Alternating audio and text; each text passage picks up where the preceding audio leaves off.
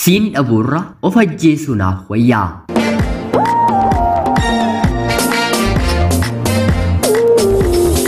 Yoyyaa ashamaa akkam jirtu kabajamtootaaf hordoftoota qophii Oromiyaa 24 nagaaf jaalalli tokkummaan bakka jirtan hundaatti hunda keessaniif haa ta'u jechaa guyyaa har'aallee seenaa murteessuun namatti ulfaatu tokko isiniif qabadheen dhiyaadheeraatii hanga xumura qophii kanaatti laayikii fi sheer akkanumallee sabskiraayib gochuun na waliin tura. Bilbila keessan irratti viidiyoo kamuu yeroo dhaggeeffattan YouTube irraa, TikTok irraa, Facebook irraa viidiyoo dhaggeeffachaa jirtu yoo ta'e haa ta'uutii garuu sagalee isaa qofa kan feetan yoo ta'e yookiin immoo chaarjiin moobaayila keessanii dafee viidiyoo laaluutiin kan dhumu yoo ta'e viidiyoon sun otoo hin dhaabbatiin iskiriiniin moobaayilii keessanii cufamee sagalee qofa akka dhaggeeffattan kan isin tajaajilu keessumaayyuu yeroo faarfannaa weelluu garaagaraa dhaggeeffattan baay'ee kan isin gargaaru chaarjii moobaayila keessanii kan isiniif qusatu appilikeeshiniin ajaa'ibaa liinkiin isaa komentii viidiyoo kana kan jalqabaa jala jira. Haalli itti fayyadama isaallee baay'ee salphaa waan ta'eef liinkii kana tuquun daawunlood godhaa itti fayyadamaa. Kallachumaan gara seenaa kanaatti kan isiniin dabarsu ani Gammachiis Tashoomeeti.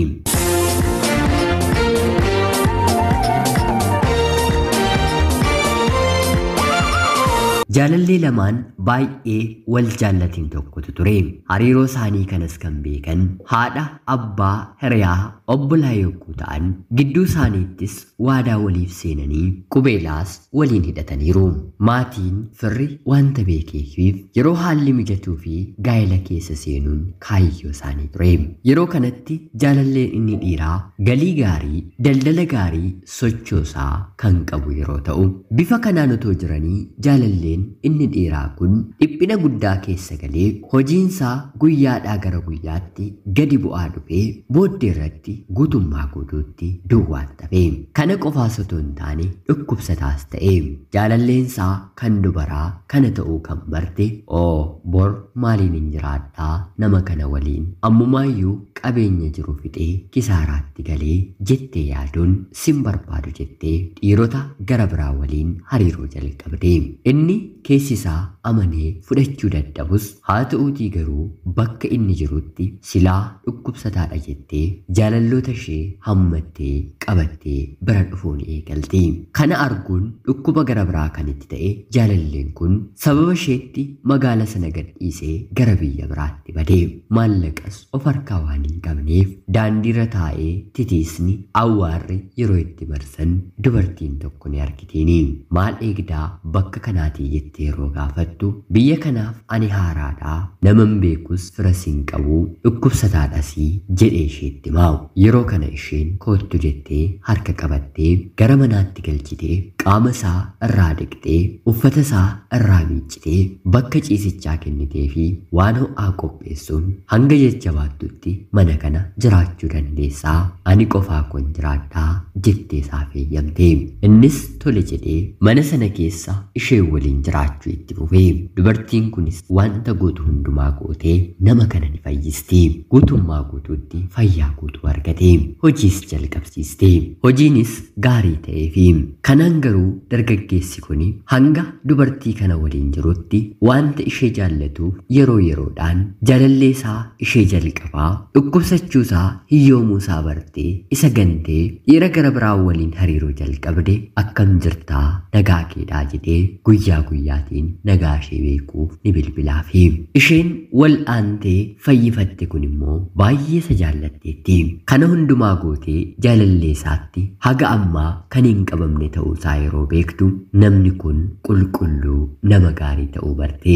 Kanaafis fedha isaatiin jaalala waliin eegaltee jaalala keessa seentee dhugumas maatiin isaa itti gammadanii dhibee isaarraa fayyee kanaan ga'uunsaa baay'ee itti tolee intala kanaan geessiste kana eebbisanii fi maaloo wal fuudhaa guyyaa gaa'ela keessanii hanga arginutti ariifanneerraa jedhanii itti dhaamu jalqabanii. Kanaan jaalala ho'aa keessa seenanii otoo jiranii jaalalleen ishee jalqabaa hiyyeessa dhukkubsataa ta'uu beektee irraa fagaattee dhaamsa itti amma maal keessa akka jirtu hin beeku.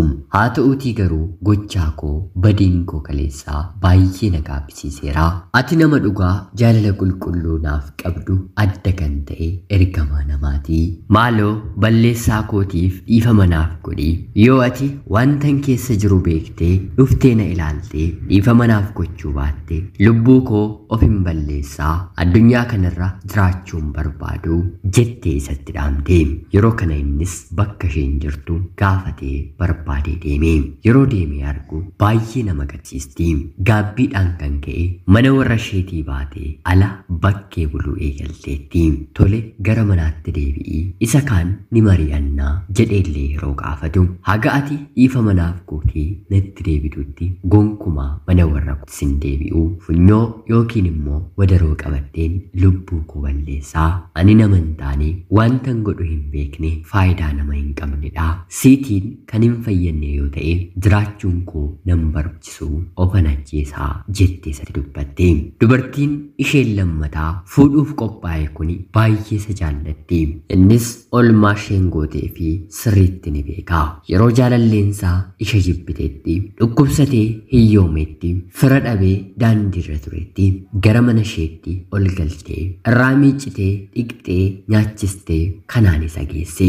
Dhumarratti gaarummaa isaa beektee jaallattee innis ishee jaallate darbee maatiin isaallee isheedhaan jaallatanii fi gaa'ela isaanii gochuuf yeroo muraasatu hafe. Haa ta'uutii garuu jaalalleensaa duraa immoo rakkoo kana keessa jirti.